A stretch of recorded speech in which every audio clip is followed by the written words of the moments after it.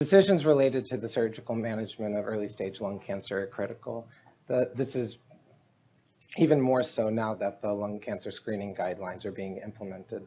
This most common surgical approaches for these early stage tumors are lobectomy and limited resection being wedge resection and segmentectomy. Of these two, lobectomy is considered the standard surgical approach for stage 1 and 2 non-small cell lung cancer. Evidence supporting this practice comes from a single randomized controlled trial in the 1990s from the lung cancer study group, which basically looked at stage 1 tumors less than 3 centimeters in size and showed a significantly lower risk of local regional recurrence and a trend towards improved survival. However, lobectomy is frequently contraindicated in lung cancer patients due to age and smoking-related comorbidities. Moreover, there's increasing skepticism of extrapolating the LCSG conclusions in presently treated patients. And that's mainly because there's been considerable advances in surgical techniques. We diagnose tumors earlier and we stage more accurately today. So limited resection has come into favor for these elderly patients. There's a mounting amount of observational data that's shown that limited resection is equivalent to lobectomy for smaller tumors less than or equal to 2 centimeters in size. However, none of these studies have ever looked at the impact of histology. There's obviously considerable heterogeneity in histology when it comes to lung cancer as far as prognosis and treatment.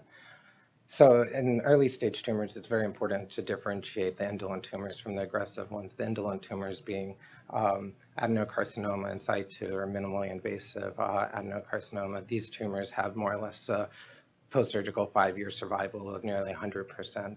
So we aim to look at whether limited resection was equivalent to lobectomy for the more aggressive tumors. So we use the SEER Medicare database. SEER is the population-based tumor registry, which includes clinical information on incident cancers within represented areas of the United States. This makes up about 28% of the US population. We link that to Medicare to be able to get claims data additionally. So our study cohort consisted of 3,147 patients, of which 2,008 had adenocarcinoma and 1,139 had squamous cell carcinoma. Of these, 29% had limited resection, with the overwhelming majority getting wedge, 23% wedge, 6% segmentectomy.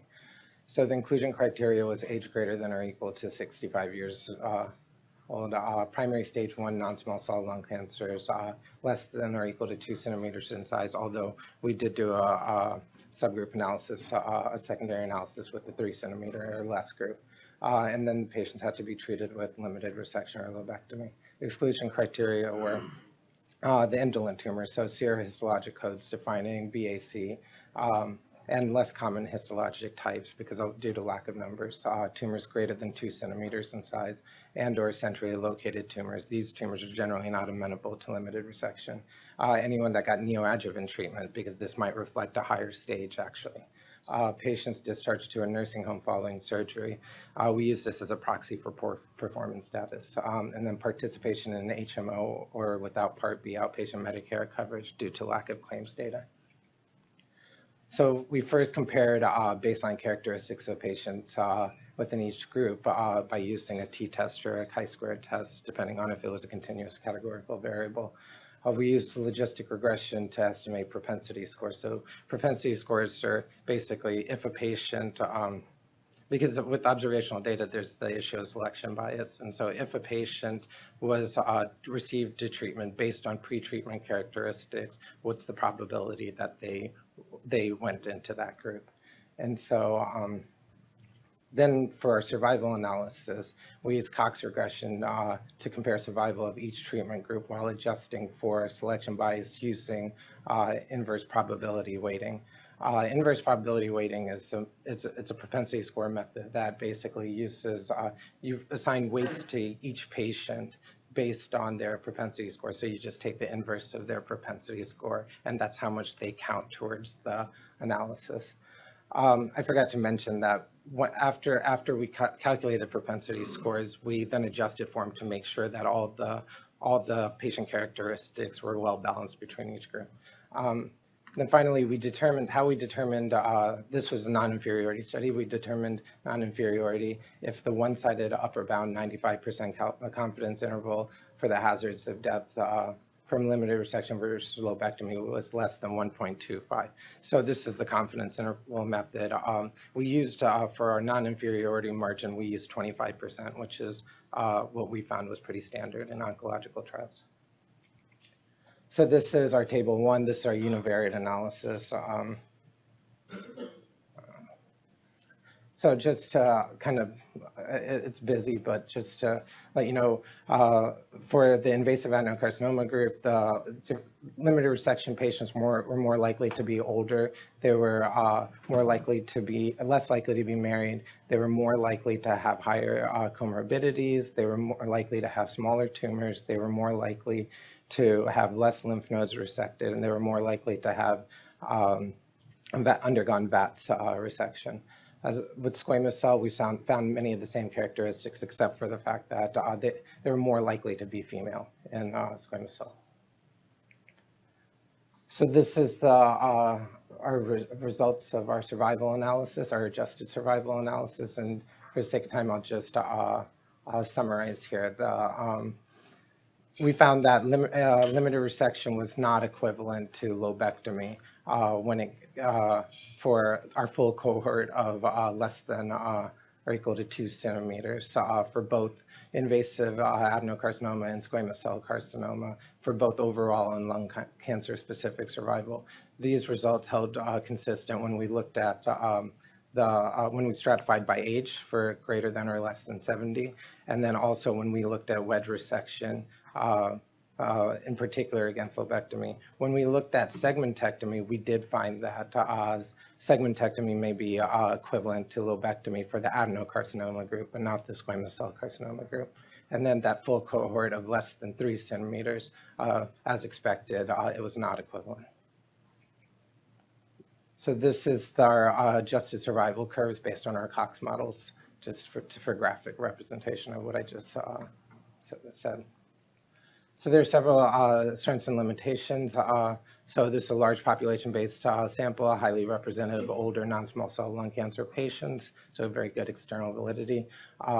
There's the availability of long-term follow-up data in serometric care provided sufficient power to assess the equivalence according to histologic type, and we were able to control for multiple confounders with propensity score methods. Now, the sample was limited to elderly patients, which is the most affected group. However, we're not able to extrapolate our results to evaluate a younger population. So limitations, the main limitation is that, while we were able to account for the measured confounders, there might be residual confounding due to the unmeasured covariates. And there was a lack of updated histologic data in SEER reflecting the latest classification of adenocarcinoma. So the codes were really BAC, and those were oftentimes misclassified in SEER. So anything with a BAC component would have been considered, given a BAC code, and they would have been removed from our cohort. However, that doesn't actually support our conclusions because they would have been more, indolent tumors in our cohort for this reason. So our conclusions: limited resection is not equivalent to lobectomy when used to treat older patients with invasive adenocarcinoma or squamous cell carcinoma, although segmentectomy may be equivalent in patients with adenocarcinoma. These patients may be considered for completion lobectomy or potential adjuvant treatment if proven effective in the setting. Thank you. So we have time for maybe one question. Sorry, I apologize. I definitely have one. So one of the things too is that when you look at survival in non-small cell lung cancer, about half the patients who die within 5 years, die of other causes. And the decision that they're making to do a less resection, the question is was there any way in your data you're able to see what the cause of death was in that and how that may have varied? So in other words, it was more cause of death due to comorbidities. Sure. So that's why we did analysis for lung cancer specific death. So SEER provides cause of death data from state death certificate. So that's why we did an overall survival and a lung cancer specific. If you see, in fact, the differences between the two, the hazards was much higher in a lung cancer specific. Thank you. Okay, appreciate it. Okay, so moving on.